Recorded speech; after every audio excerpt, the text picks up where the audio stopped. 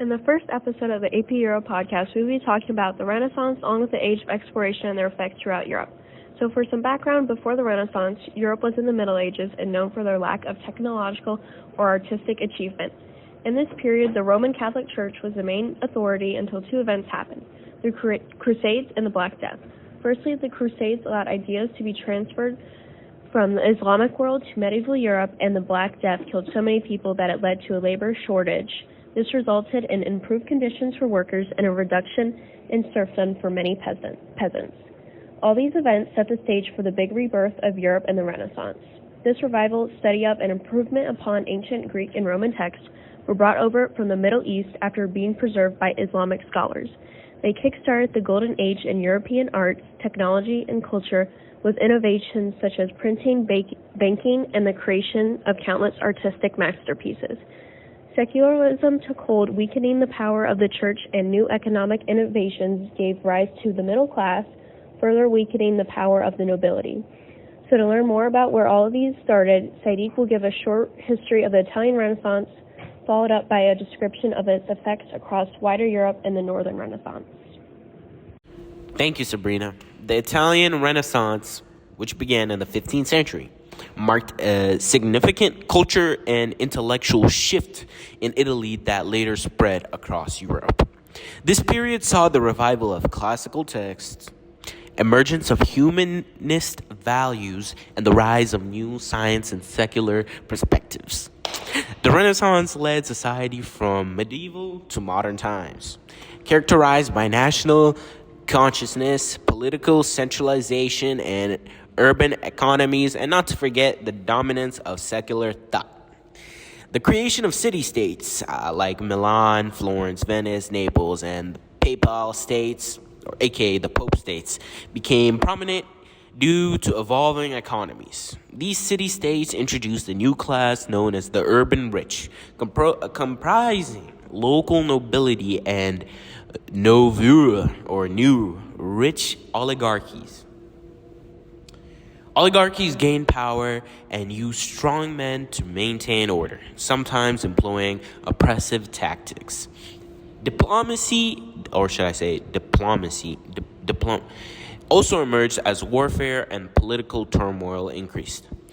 One of the key factors that sparked the Italian Renaissance was the invention of the printing press. This facilitated the spread of Greek and Roman texts, which challenged the dominance of the Catholic Church and led to a shift from theological scholarship to broader intellectual exploration across Europe. The impact of the Italian Renaissance was profound. It challenged church teachings, university traditions, and artistic norms. Secularism and individualism gained prominence as education focused on classical texts and scientific inquiry. Concepts like naturalism and geometric perspective emerged in art. Patronage and re-emphasis on artistic creation developed. The Renaissance encouraged an individualistic approach to religion, allowing people to form their own interpretations of ideas previously dictated by the church. To learn more about this period, here is one of our Renaissance's most important figures. Applaud for Lorenzo Medici. Thank you for inviting me on the podcast to tell my story. In my hometown of Florence, I was a great patron of the arts and the Renaissance. I funded many public works in the city, like the Medici Library, named after my father, Cosimo. And I was the patron artist of the artist Michelangelo, who lived in my home for many years and created many great pieces of art in my honor. I estimated myself that I spent 600,000 florins, around $460 million US, on public works and art in my life. I am remembered as Lorenzo the Magnificent for my contributions to the city and the Renaissance. But like any Renaissance man, my skills were not limited to art and architecture. I was a painter and first citizen of Florence, and I helped it become a renowned center of culture and single-handedly kept the peace in northern Italy Through all of these efforts, I think I set myself an example of the ideal Renaissance man and a symbol of the wider Renaissance throughout my life. Thank you, Mr. Sadit, for inviting me on your great show. You're very welcome, Lorenzo. Thank you for coming on here. Continuing on. After the Italian Renaissance, the Northern Renaissance began to take shape in the 15th century. This had an impact on nations like Germany, France, England, Belgium, and the Netherlands. The Protestant Reformation was influenced by scholars who carefully examined the ancient Latin church scriptures and found contradictions with Catholic ideas. The Northern Renaissance, compared to the Italian one, had a variety of origins and a significant emphasis on religious reform. One of the most significant inventions was the printing press being invented. This allowed widespread dissemination of ideas benefiting the church, humanists, and statesmen. It also allowed for spread promoted religious sectors independent of the Catholic Church. The printing press led to increased literacy, encouraging religious questioning and reform. To learn more about the printing press, I'm handing the mic off to Jacob and his guest, Johannes Gutenberg.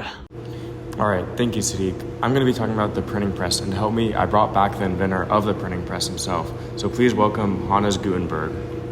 Thank you. It feels good to be alive after 400 years. Please ask me any questions that you may have. Well, Johannes, what was literature like before you made the printing press? Before my invention, most literature was only transcribed by hand by monks for other wealthy elites. But in the beginning of the 15th century, the Chinese movable type was traded over to Europe, those being metal blocks with letters melded into them to write. Okay, that's pretty interesting, but how did you get roped into all of this? I used the same movable type blocks, organized them into lines, and then used a wooden press to ink large quantities of books quicker than before. What happened after that? My printing press transferred throughout Europe, from the Holy Roman Empire to England. That's a cool story of how your invention was made, but did you get to see how it changed the rest of Europe? I think the biggest change that happened was more books were printed in vernacular or everyday language across the continent. This allowed people to become more literate and, more importantly, read the Bible. Why was the Bible so important to be translated into other languages? The only people that were able to read the Bible beforehand were wealthy elites who were usually part of the church. As a result of that, they were able to change how people practiced the religion. But once people were able to read the Bible, they saw how the church didn't really follow the Bible. I can see how that's a big issue to Europe. So how did this affect the rest of the continent?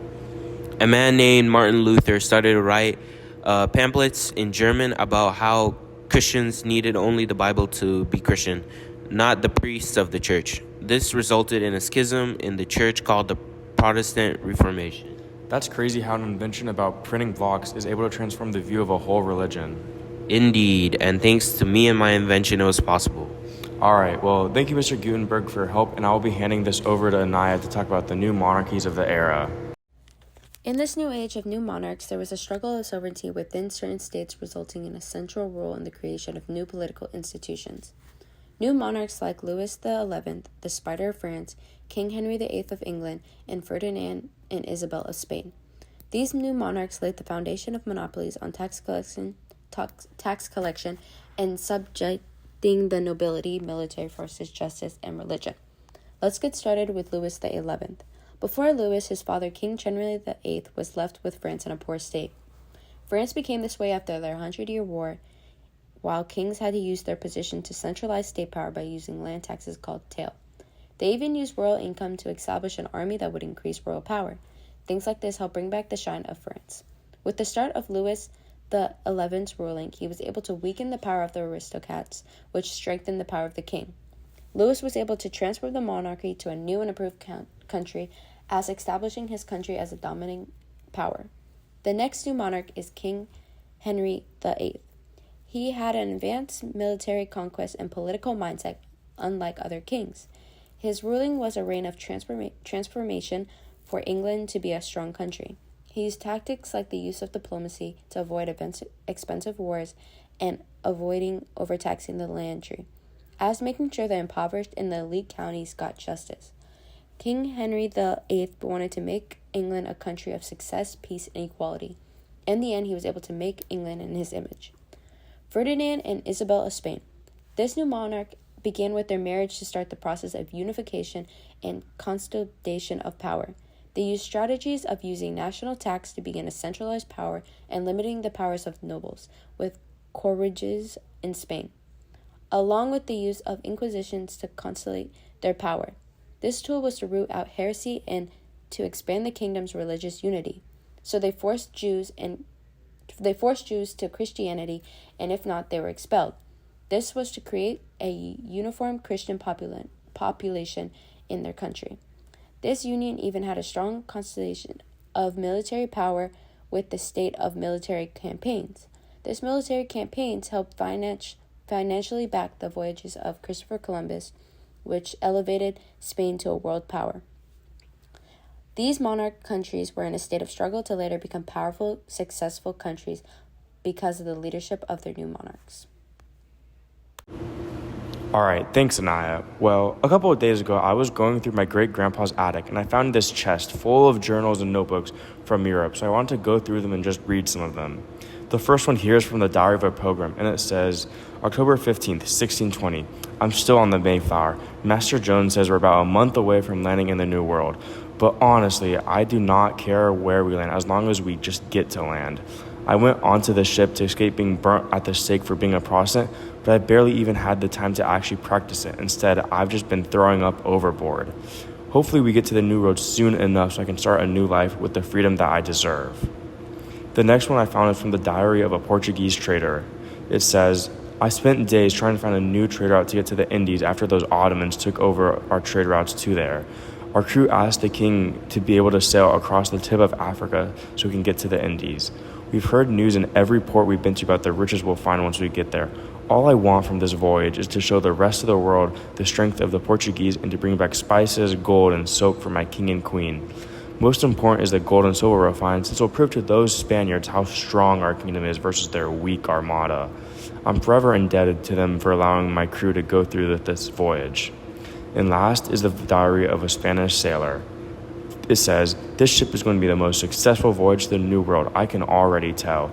We're using these new maps that a cartographer from Columbus's crew made so we know where the best spots are to find gold for the king. On our ship, we have some of those lateen sails from Arabia and the rudder from China so we don't get stuck in the ocean's wave for too long.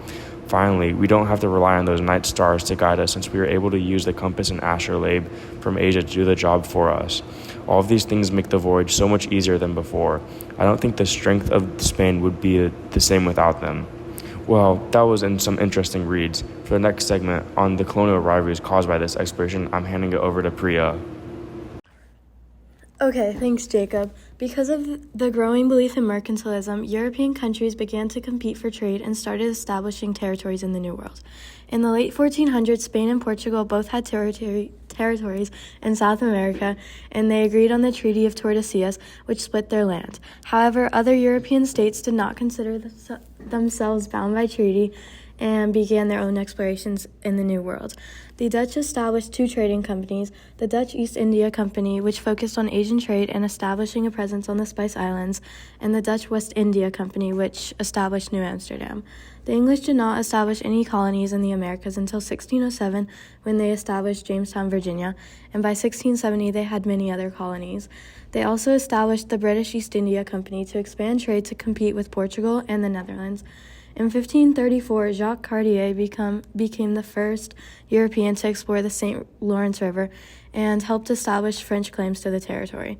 In 1608, Samuel de Champlain founded Quebec as a fur trading post and continued to explore the surrounding region, creating what was now called New France.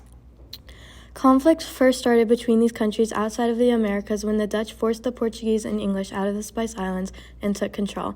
Later on in the 1700s, when Charles II of Spain died without an heir, the War of Spanish Succession broke out and fighting spilled into North American colonies. In the end, Britain gained much of the New World, and France and Spain were weakened. France and Britain also fought a series of wars over land.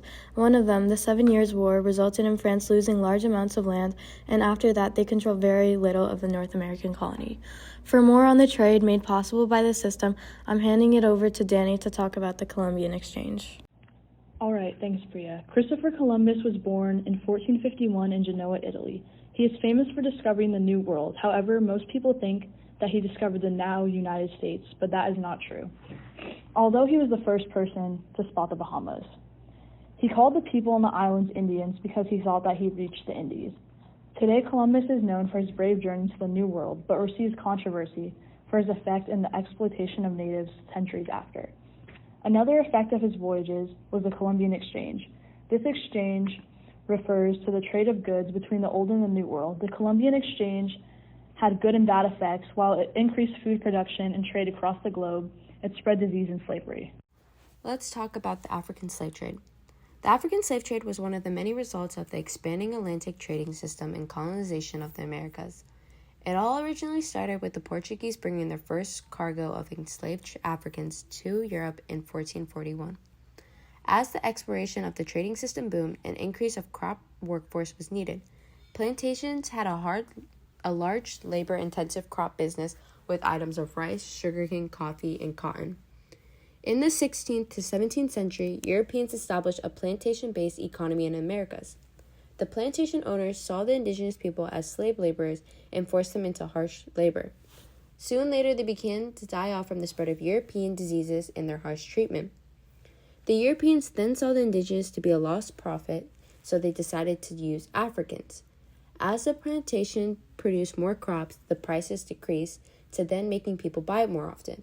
As the crop economy grew larger, a higher demand of these crops began, and the amount of enslaved Africans increased. The development of the slave trade followed the triangle trade and the Middle Passage. The continuous use of slave trade became extremely profitable for the Europeans, so they branched out to Brazil and the islands of the West Indies, to later more countries. This is how many countries got their power, profits, and goods, as to beginning the suffering of enslaved people and many years of equality towards them. The Commercial Revolution was a reform of Europe's economic system that centered around trade and capitalism. This changed ways of banking and finance. For example, money became more common than trading, double-entry bookkeeping started being used, joint stock companies were being established, and new capital markets emerged in several urban centers such as Genoa, London, and Amsterdam. This caused merchants and bakers to become more powerful than the nobility in some places. The price revolution occurred during this time, causing inflation throughout Europe due to countries receiving profit from their colonies in the New World. Merchants benefited from trade and got higher return on their investments, so they were looking for new things to invest in and decided on the agricultural countryside. Middle-class investors and large landowners started producing food, livestock, and wool for profit rather than subsistence. The enclosure movement, a movement involving giving people a small piece of land to own, was adopted, which led to many peasants becoming landless. This resulted in urbanization as peasants moved to cities looking for jobs, and also many peasant revolts. As commercial capitalism grew in the 1700s and 1800s, the population shifted from rural to urban areas. Cities like London and Paris's population more than doubled. Throughout the Commercial Revolution, the world's population grew rapidly, which caused prices to also increase as the demand was high, but there was also high competition for jobs, causing the wages to stay low. This resulted in low standard of living for the working class. Okay, thanks, Priya. In summary, classical texts from Greece and Rome caused the Renaissance. The Renaissance altered many different aspects in society around the world. Knowledge led to a challenging of the Church's teaching and the concept known as humanism. Humanists studied philosophy, sciences, and mathematics, which were all ideas spread by the printing press. All this information decreased the authority of the Church and started a more rational perspective. The Northern Renaissance, although more religious, still centered around humanism and naturalism. Art got less and less religious and became more realistic. The Renaissance brought forth the age of exploration because of the technological advances in shipbuilding and navigation. The New World was subjugated as a consequence. Establishment of the colonies caused there to be more focus on the Atlantic. Trade between the New World and Europe led to an economic boom and the commercial capitalism.